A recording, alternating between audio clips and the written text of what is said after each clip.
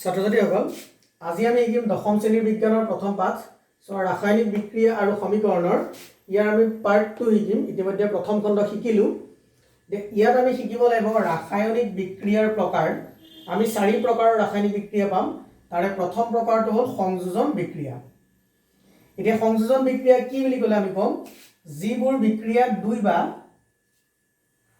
তাতোধিক বিক্ৰিয়ক পদাৰ্থ একলগ হৈ এটা মাত্ৰ বিক্ৰিয়াজাত পদাৰ্থ উৎপন্ন কৰে তাকে সংযোজন বিক্ৰিয়া বলে মানে সাধাৰণ ভাষাত ক'বলৈ হলে দুটা বস্তু লগ হৈ তাৰ পৰা এটা বস্তু হ'ব এতিয়া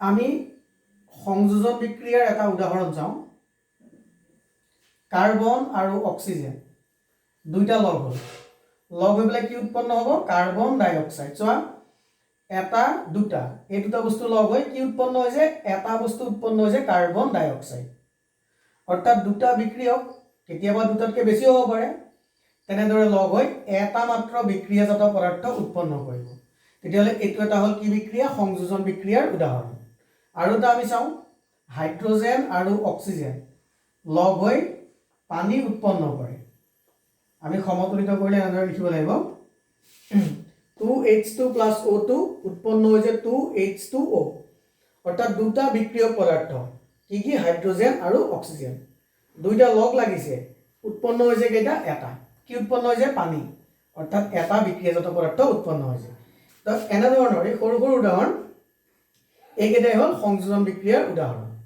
এতিয়া অন্য এটা চাওঁচোন কেলছিয়াম অক্সাইড পৰাচোন তাৰ লগত পানী মিহলোৱা হ'ল H2O এতিয়া সেই কেলছিয়াম অক্সাইডৰ লগত পানী মিহলালে তীব্ৰভাৱে বিক্ৰিয়া কৰি উৎপন্ন কৰিব CaOH2 শিথিলিতচোন ইয়াৰ এটা নাম আছে কেলছিয়াম হাইড্ৰক্সাইড মনত ৰাখিবা কেলছিয়াম হাইড্ৰক্সাইড উৎপন্ন কৰিব আৰু লগতে H2 নকল কেলছিয়াম হাইড্ৰক্সাইড উৎপন্ন কৰিব যে CaO plus H2O ই উৎপন্ন কৰিব কেলছিয়াম হাইড্ৰক্সাইড এতিয়া আমি দেখিছো যে পৰাচনৰ লগত যেতিয়া পানী যোগ কৰা হয় তেতিয়া কি হয় কিবা এটা উৎপন্ন হয় কেলছিয়াম হাইড্ৰক্সাইড উৎপন্ন হয় লগতে যথেষ্ট পৰিমাণে তাপ উৎপন্ন হয় এতিয়া ইউ এটা কি বিক্ৰিয়া সংযোজন বিক্ৰিয়া আৰু এটো বিক্ৰিয়াত কি উৎপন্ন হৈছে তাপ উৎপন্ন হৈছে এতিয়া কিছুমান বিক্ৰিয়াত বিক্ৰিয়াজাত পদাৰ্থ উৎপন্ন হোৱাৰ লগতে যথেষ্ট পৰিমাণে তাপৰো উৎপন্ন হয় তেনে বিক্ৰিয়াক কয় তাপবৰ্জী বিক্ৰিয়া এটা উদাহৰণ হ'ল এটো এটা তোমাক যদি পৰীক্ষাত কয় তাপবৰ্জী বিক্ৰিয়া কাক বোলে এতিয়া আমি এনেদৰে কম যে যিবোৰ বিক্ৰিয়াজাত পদাৰ্থ উৎপন্ন হোৱাৰ লগতে তাপৰো উৎপন্ন হয় তাকে কোৱা হয় তাপবৰ্জী ৰাসায়নিক বিক্ৰিয়া এতিয়া আমি দ্বিতীয় প্ৰকাৰৰ বিক্ৰিয়ালৈ যাম এই সংযোজন বিক্ৰিয়াৰ ওলোটা তাৰ নাম হ'ব বিযোজন বিক্ৰিয়া এতিয়া আমি চাম বিযোজন বিক্ৰিয়া কাক বোলে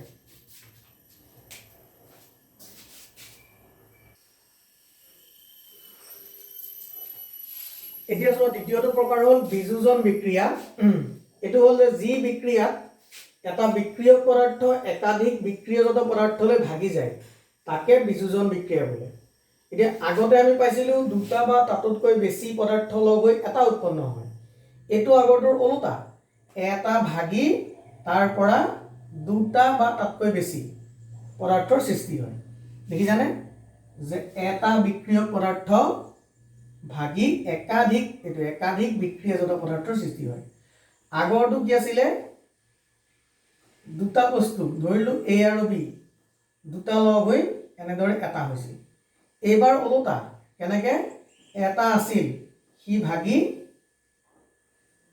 দুটা হ'ল ওলোটা নহয়নে এটা উদাহৰণটো কি CaCO3 কেলছিয়াম কাৰ্বনেট এই কেলছিয়াম কাৰ্বনেট যেতিয়া ভাঙি যায় ইয়াৰ আকৌ কি হয় তাপ শক্তি ব্যৱহাৰ কৰিব লাগিব অৰ্থাৎ এই শক্তি দিব লাগিব শক্তি প্ৰয়োগ কৰি যেতিয়া ভাঙা হয় তেতিয়া সি CaO কেলছিয়াম অক্সাইড আৰু কাৰ্বন ডাই অক্সাইড অৰ্থাৎ দুটা বিক্ৰিয়াজাত পদাৰ্থ আমি পাইছো এটো লাগে 2AgCl ভাগি গবলা কি হৈছে দুটা হৈছে 2Ag + Cl2 দেখা পাইছো এটা ভাগি দুটা হৈছে এটা ভাগি দুটা হৈছে এনেদৰে এটা ভাগি দুটা বা বেছি পদাৰ্থ উৎপন্ন হলে তাক কয় বিযোজন বিক্ৰিয়া এতিয়া সংযোজন আৰু বিযোজন ইটো সিটো সম্পূৰ্ণ বিপৰীত এতিয়া 3 নম্বৰ বিক্ৰিয়াটো আমি শিকিম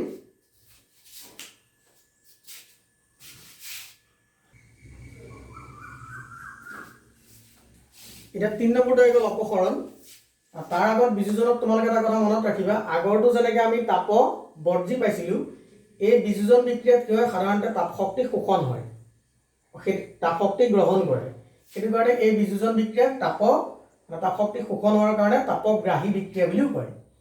এতিয়া 3 নম্বৰটো আমি গ'লো অপসৰণ বিক্ৰিয়া। অপসৰণ মানে কি? আঁতৰ কৰোৱা। কি আঁতৰ কৰাইছে? ইয়াত চোৱা, Fe iron, CuSO4 copper sulphate, iron আৰু কপাৰ ছালফেটৰ মাজত বিক্ৰিয়া হওঁতে এই কপাৰ ছালফেটৰ লগত থকা SO4 দেখিছানে? সি তাক আঁতৰাই, এইটো SO4টো আঁতৰাই নিজৰ লগত বহুৱাই লৈছে। কোনে? Fe। চোৱা, Fe প্লাছ CuSO4, SO4টো কাৰ লগত আছিল? Cu লগত। কি হৈ গ'ল? Fe লগত হৈ গ'ল। অৰ্থাৎ আমি ইয়াত কি বুলি ক'ম? Fe আইৰণে কপাৰ ছালফেটৰ পৰা কপাৰক আঁতৰাই পঠাইছে। অপসৰণ কাক কৰিছে? কপাৰক। ইয়াত চোৱা, লেড আৰু CuCl2, এই Cl2টো পিছৰ পৰা কাৰ লগত বহিল? লেডৰ লগত। কাক আঁতৰাই পঠাইছে? কপাৰক আঁতৰাই পঠাইছে। দেখিছো এই দুইবাৰতে কি কৰিছে? প্ৰথমটোত চোৱা, আইৰণে কপাৰ ছালফেটৰ পৰা এই ছালফেট যৌগটো নিজৰ লগত লৈ কপাৰক আঁতৰাই পঠাইছে।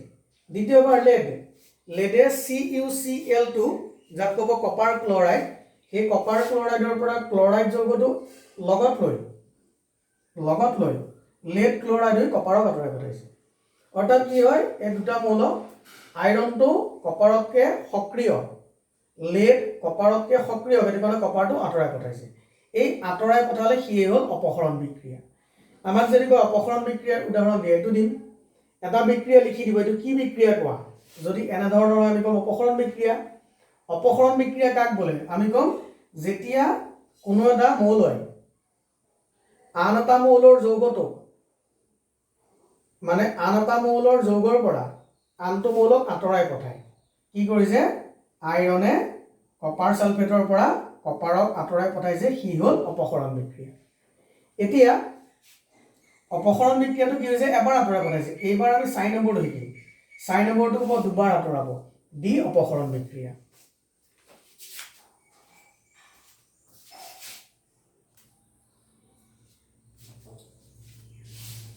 এতিয়া 4 নম্বৰ বিক্ৰিয়াটো হ'ল দি অপসৰণ। অপসৰণ মানে দি মানে দুবাৰ, অপসৰণ মানে দুবাৰ আঁতৰোৱা। এতিয়া দি অপসৰণ প্ৰথম আমি চাওঁ, ই এটা বিক্ৰিয়া। দি অপসৰণৰ উদাহৰণ Na2SO4 ছডিয়াম ছালফেট, কিতাপতো আছে, তোমালোকে চাব পাৰিবা নামটো। BaCl2 barium chloride, BaSO4 barium sulphate 2NaCl sodium chloride. কি হৈছে? Na ছডিয়াম, তাৰ লগত SO4 আছিল, হয়নে? বেৰিয়াম, তাৰ লগত ক্লৰিন আছিল।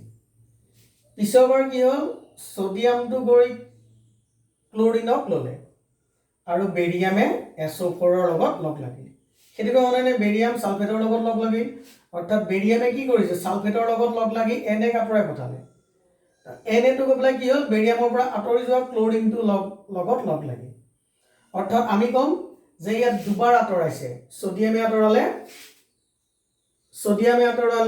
Clক, বেৰিয়ামে আঁতৰালে ক্লৰিনক। চোৱা, ছডিয়াম গৈ ইয়াৰ লগত বহিল, বেৰিয়াম আহি ইয়াৰ লগত বহিল।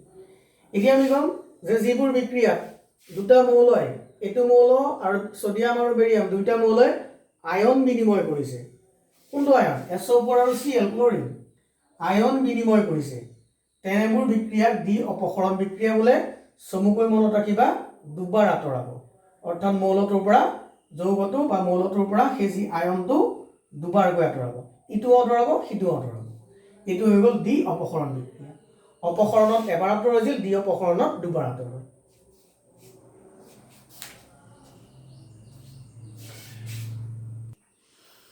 এতিয়া আমি এটা বিক্ৰিয়া চালো, জাৰণ আৰু বিজাৰণ। এতিয়া জাৰণ আৰু বিজাৰণ কি? আমি আগতে পাইছিলোঁ, জাৰণ মানে অক্সিজেন যোগ হয়। যিবোৰ বিক্ৰিয়াত অক্সিজেন যোগ হয় তাকে কয় জাৰণ। আৰু যিবোৰ বিক্ৰিয়াৰ পৰা অক্সিজেন মুকলি হয়, আঁতৰি যায়, সেইটো হ'ল বিজাৰণ। জাৰণ বিক্ৰিয়াত অক্সিজেন এটা যোগ হ'ব আৰু বিজাৰণত অক্সিজেন এটা বিয়োগ হ'ব। এতিয়া প্ৰথম আমি জাৰণ বিক্ৰিয়া এটা চাওঁচোন। আমি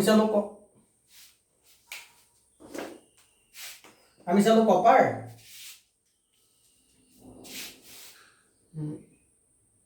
Cu আৰু অক্সিজেন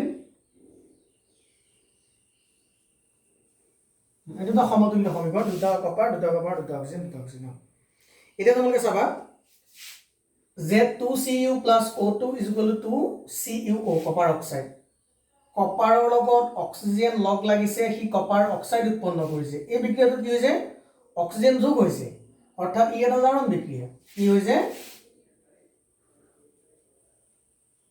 অক্সিজেন যোগ হৈছে যিবোৰ বিক্ৰিয়াত অক্সিজেন যোগ হয় সি এটা জাৰণ বিক্ৰিয়া এইটো হ'ল এটা জাৰণ বিক্ৰিয়াৰ উদাহৰণ এতিয়া আমি এনেকে কম চোৱা কপাৰ জাৰিত হৈছে কি জাৰিত হৈছে এনেকে ক'ব লাগিব কপাৰ জাৰিত হৈ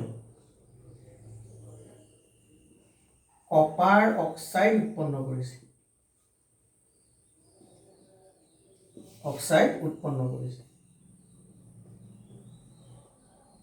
এটা পৰীক্ষাত প্ৰশ্নটো এনেকৈ আহিব যে ইয়াত কি জাৰিত হৈছে লিখা আমি ক'ম কপাৰ জাৰিত হৈছে কি জাৰিত হৈ কি হৈছে কপাৰ জাৰিত হৈ কপাৰ অক্সাইড হৈছে এতিয়া আৰু এটা বিক্ৰিয়া আমি চাম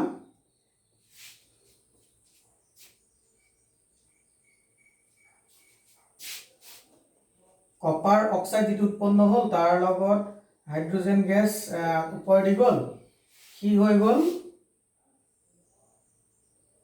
কপাৰ আৰু H2O ঠিক আছে নে কপাৰ এটা H2O ঠিক আছে এতিয়া চোৱা যে CuO + H2 উৎপন্ন হৈছে Cu + H2O এটো তাপ দিলে উৎপন্ন হয় এই বিক্ৰিয়াটো তোমালোকে মন কৰাচোন CuO কপাৰৰ লগত অক্সিজেন আছিল নহয় নে অক্সিজেনটো আঁতৰি গ'ল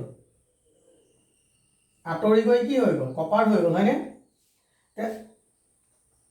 অক্সিজেনটো আঁতৰি গৈ কপাৰ হৈ গ'ল অক্সিজেন আঁতৰিলে মই কি বুলি কৈছিলো বিজাৰণ হয় তো ই এটা বিজাৰণ বিক্ৰিয়া কিয় কপাৰ অক্সাইডৰ পৰা অক্সিজেন আঁতৰি কপাৰ হৈছে আকৌ তোমালোকে মন কৰাচোন এই হাইড্ৰোজেনটো হাইড্ৰোজেন হৈ থকা নাই সি অক্সিজেনটো পাই গ'ল ইয়াৰ পৰা আঁতৰি যোৱা অক্সিজেনটো ক'ত লগ লাগিল হাইড্ৰোজেনৰ লগ লাগিল তেতিয়াহ'লে অক্সিজেন লগ লাগিলে জাৰণ হোৱা নাই জানো তেতিয়াহ'লে আমি এটা উদাহৰণ দেখিলো যিটো উদাহৰণত জাৰণ আৰু বিজাৰণ দুইটা আছে আকৌ এবাৰ ক'লো কপাৰ অক্সাইড কপাৰ নহয় কপাৰ অক্সাইড বিজাৰিত হৈ কপাৰ হৈছে হাইড্ৰোজেন জাৰিত হৈ H2O পানী হৈছে অৰ্থাৎ ইয়াত জাৰণ আৰু বিজাৰণ দুইটা একেলগে ঘটিছে এতিয়া জাৰণ আৰু বিজাৰণ দুইটাকে একেলগে কি বুলি কয় জাৰণ বিজাৰণ বা ৰেডক্স জাৰণ বিজাৰণ বুলি লগাব পাৰে ৰেডক্স বুলি ক'ব পাৰে ৰেডক্স বিক্ৰিয়া যে পৰীক্ষাত যদি এটা ৰেডক্স বিক্ৰিয়াৰ উদাহৰণ দিয়া আমি এটো দিম কিয় যে জাৰণ আৰু বিজাৰণ দুইটা একেলগে হৈছে আকৌ এবাৰ ক'লো কপাৰ অক্সাইড বিজাৰিত হৈ কপাৰ হৈছে হাইড্ৰোজেন জাৰিত হৈ H2O পানী হৈছে আৰু ই হৈ গ'ল তাৰ ৰেডক্স বিক্ৰিয়াৰ উদাহৰণ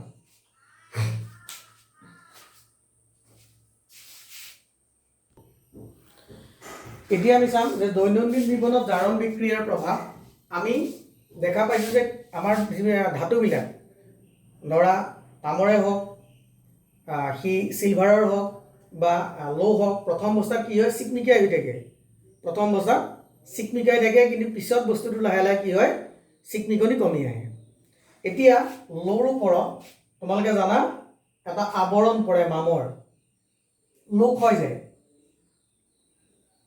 লোত মামৰে ধৰে এতিয়া লোত যে মামৰে ধৰিবৰ কাৰণে কি দুটা শৰ্ত লাগিব প্ৰথম কথাটো হ'ল আইৰন লো তাত কি পাব লাগিব H2O তাত পানী পাব লাগিব জলীয় ভাৱ দ্বিতীয়তে পানী পাব লাগিব আৰু দ্বিতীয়তে অক্সিজেন পাব লাগিব দুটা শৰ্তত যেতিয়া পানী আৰু অক্সিজেন দুইটা পায় তেতিয়াহ'লে লোত কি হয় মামৰে ধৰে মানে কি ক্ষয় যায় এতিয়া এই ক্ষয় যোৱাটোতকৈ ক্ষয়ী হ'ব অকল লো ক্ষয় নাযায় আৰু বেলেগ বেলেগ ধাতুবিলাকো আছে এটা হৈ গ'ল কপাৰ প্ৰথম অৱস্থাত যিটো চিকমিকনি থাকে সেই চিকমিকনিটো পিছত নাইকিয়া হৈ যায় নাইকিয়া হৈ পেলাই ইয়াৰ ওপৰত এটা সেউজীয়া চামনি পৰে আচলতে সেউজীয়া চামনিটো কেনেকৈ পৰে কপাৰৰ লগত কিহে বিক্ৰিয়া কৰে কাৰ্বন ডাই অক্সাইড বায়ুমণ্ডলৰ H2O পানী এইবিলাকে বিক্ৰিয়া কৰি কপাৰৰ ওপৰত এটা সেউজীয়া চামনি পৰে সিলভাৰ বস্তুবিলাক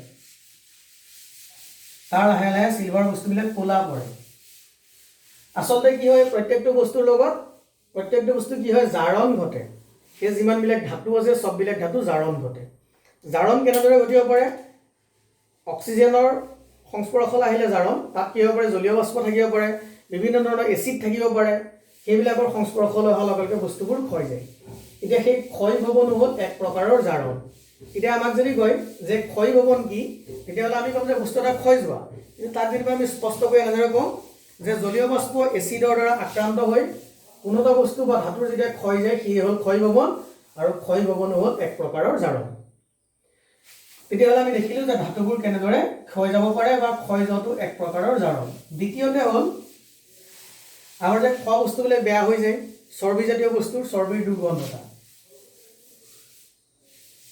চৰ্বিৰ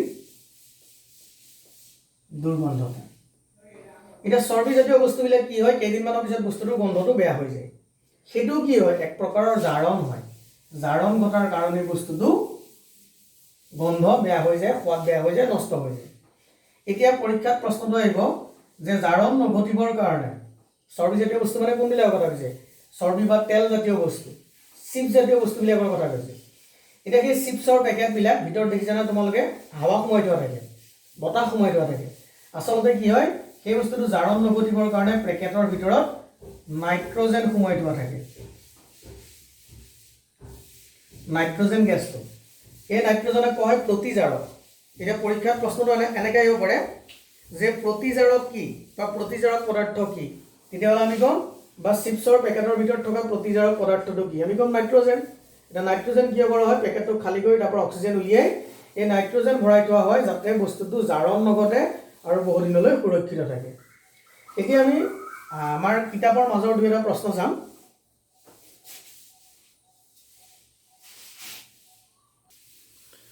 এটা পেজ নম্বৰ 10 এটা প্ৰশ্ন আমি চাম আমাক দিয়া আছে যে এটা পদাৰ্থ এক্সৰ দ্ৰৱক পদাৰ্থটোৰ নামটো দিয়া নাই এক্স বুলি কৈছে এক্সৰ দ্ৰৱক বগা ৰং সানিবলৈ ব্যৱহাৰ কৰা হয় এক্সৰ নাম আৰু সংকেত লিখা তেতিয়াহ'লে আমি জানো নামটো কি হ'ব কেলছিয়াম অক্সাইড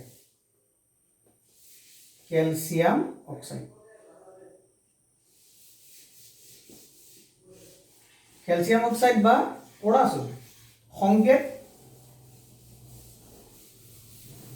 সংকেতটো কি CaO কেলছিয়াম অক্সাইড পানীৰ লগত এক্সৰ অৰ্থাৎ কেলছিয়াম অক্সাইডৰ বিক্ৰিয়াটো বৰ্ণনা কৰা আমি লিখিছিলোঁ নহয় যে বিক্ৰিয়াটো হ'ল কেলছিয়াম অক্সাইড তাৰ লগত পানী যোগ কৰিলোঁ কি উৎপন্ন হয় কেলছিয়াম হাইড্ৰক্সাইড এইটো হ'ল পানীৰ সৈতে বিক্ৰিয়াটো এতিয়া তোমালোকে এই প্ৰশ্নটো ইম্পৰ্টেণ্ট ভালদৰে চাবা আগৰকেইটা বুজিবলৈ চেষ্টা কৰিবা যদি বুজাত কিবা সমস্যা থাকে কমেণ্ট বক্সত সুধিবা পৰৱৰ্তী ভিডিঅ'ত আমি ইয়াৰ প্ৰশ্নাৱলী লৈ আহিম ধন্যবাদ